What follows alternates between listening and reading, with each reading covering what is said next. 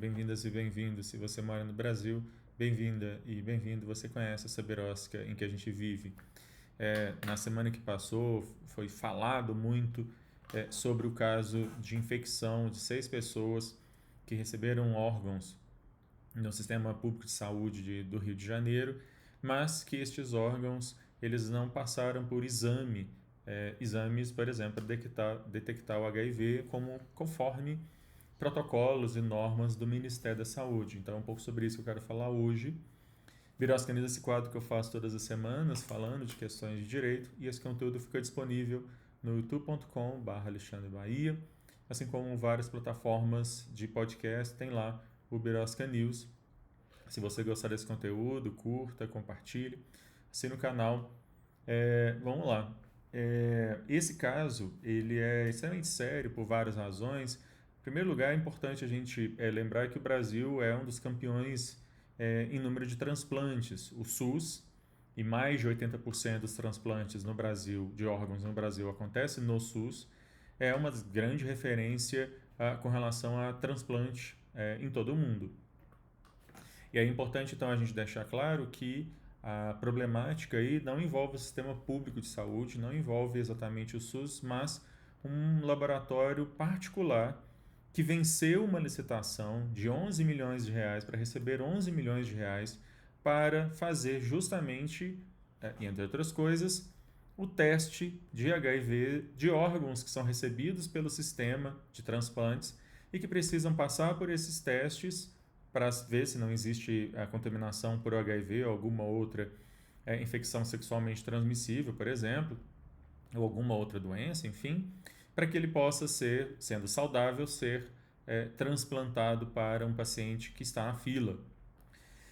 Pois bem, o que transparece nesse caso é que 6 pacientes receberam órgãos de 2 doadores e esses 2 doadores estariam contaminados com o vírus do HIV e esses testes que apontariam isso e que fariam com que esses órgãos fossem descartados não foi feito. O laboratório é o PCS Lab Salene, e Salene é o sobrenome aí de um dos sócios desse laboratório, que, como eu disse, ganhou aí uma licitação de 11 milhões de reais para fazer esse tipo de teste. Depois que a questão foi apontada pela imprensa, foram descobrir que esse laboratório ele não tinha kits para fazer exames de sangue. Depois ficou sabendo também que essa é a acusação, né?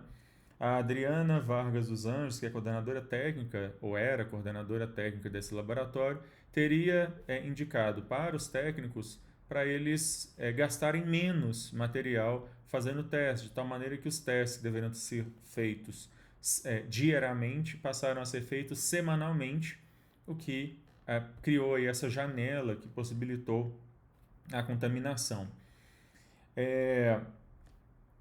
Vale anotar também que destes 6 infectados, a gente tem um senhor com quase 80 anos de idade e que recentemente teve que ser internado no hospital justamente por causa das complicações derivadas do vírus HIV. Existe uma investigação tramitando perante a Polícia Federal, mas eu queria chamar a atenção para algumas questões aqui. Em primeiro lugar, foi constatado, né, que esse laboratório, além de não ter esses kits, antes disso até, ele não tinha registro no Conselho Regional de Farmácia do Estado do Rio de Janeiro, e o que nos leva a questionar como é que um laboratório privado, que vai fazer esse tipo de teste, ele não é registrado no Conselho. Como é que ele vence uma licitação? A gente sabe muito bem que as licitações públicas elas são extremamente burocráticas, e para isso mesmo, para garantir esse tipo de coisa, elas são extremamente custosas de você preencher todos os requisitos. E esse laboratório simplesmente não cumpria, ele não era registrado perante o Conselho Regional de Farmácia, ele não tinha os kits para fazer os exames, pelo menos é essa acusação que agora se percebe. Enfim, há uma negligência imensa aí por parte de alguém, e isso não pode ser configurado apenas como uma casualidade como um erro humano desculpável. Isso é algo extremamente sério e que precisa ter aí uma resposta condizente por parte das autoridades. Eu vou continuar acompanhando esse caso.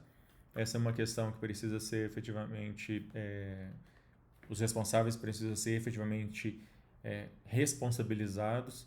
Não é possível que em 2024 a gente tenha uma situação desse tipo, que macula, na verdade, um sistema que é extremamente eficiente, que é todo o sistema de transplantes pelo SUS, né, no Brasil. Bom, eu vou ficando por aqui. Se você gostou desse conteúdo, curta, compartilhe, assine nossos canais e a qualquer momento eu volto falando de mais alguma questão maluca, absurda, estapafúrdia que acontece nessa virose de país. Tchau.